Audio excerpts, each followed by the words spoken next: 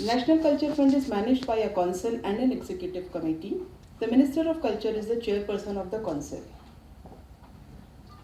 Our mission is to establish relationship between private, public, government, whether it is central or state, NGOs, private institutions, foundations, and mobilize resources for the restoration and conservation of cultural heritage. We are not only working for ASI, we are even working for NGOs, trusts, societies. Anyone from anywhere in the country can submit a project proposal, whether it can be tangible or intangible or tangible. See, intangible is which can be, just a sec. Intangible heritage refers to those aspects of a heritage that cannot be touched or seen. For example, traditional music, folklore, language, etc.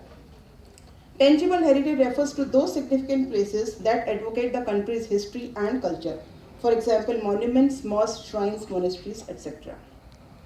NCR activities are covered under Schedule 7, which says protection of national heritage, art and culture, including restoration of buildings and sites of historical importance and works of art, setting up public libraries, promotion and development of traditional arts and handicrafts.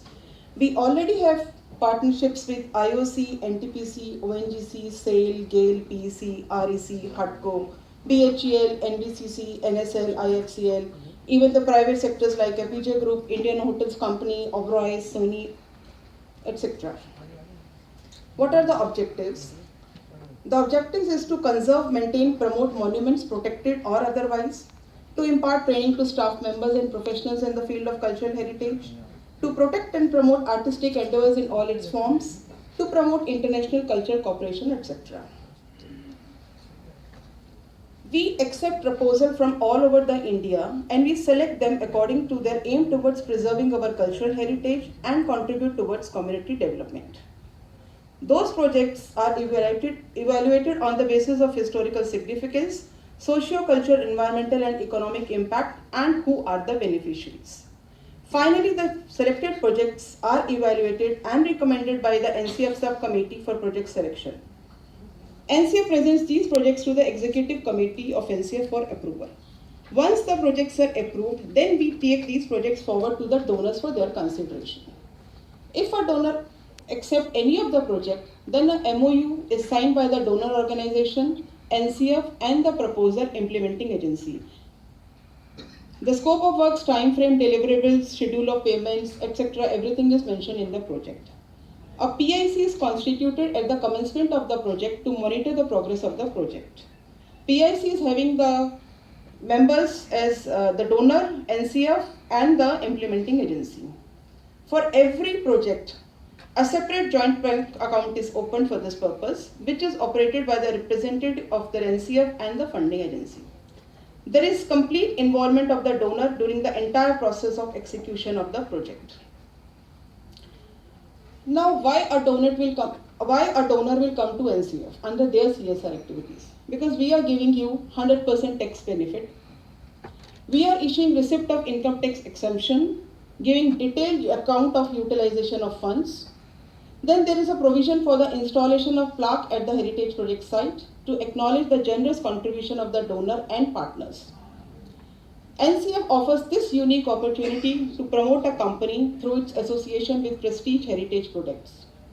We are part of the Ministry of Culture and our accounts are audited by the CNAG. It is totally a transparent process. These are some of the projects which have been completed since 2013. You can see the publication, the monuments, training programs, then there are for craftsmen, soft skills. This is a completed project with ASI and the plaque is there mentioning the name of the donor. This is again a completed project where the funding was coming from Shipping Corporation of India Limited at Mahabalipuram. Then this is the publication, we have done it. These are the examples of publications. Then there are a few ongoing projects. Janvit sir had already discussed. These are the ASI projects. Then there are non-ASI projects also. You can see at number 11 we are working with the trust. Then at 12 we are working with the respective museums for publication of their series. Then again we are doing a Bhuleshwar temple at Pune, which which is a very old monument, and a trust is giving a fund. These are some of the ongoing projects: Krishna Temple, Hampi; conservation of Ahom monuments, Assam, where ONGC has given the funding; conservation of group of monuments, NTPC sir has already shown the slides before and after. This is an agreement signing with BHEL for Swatantra Sangram Sangrahalaya at Red Fort. We solicit support for preservation and protection of cultural heritage by joining hands with National Culture Fund. It is both for tangible and intangible art. Thank you. Thank you.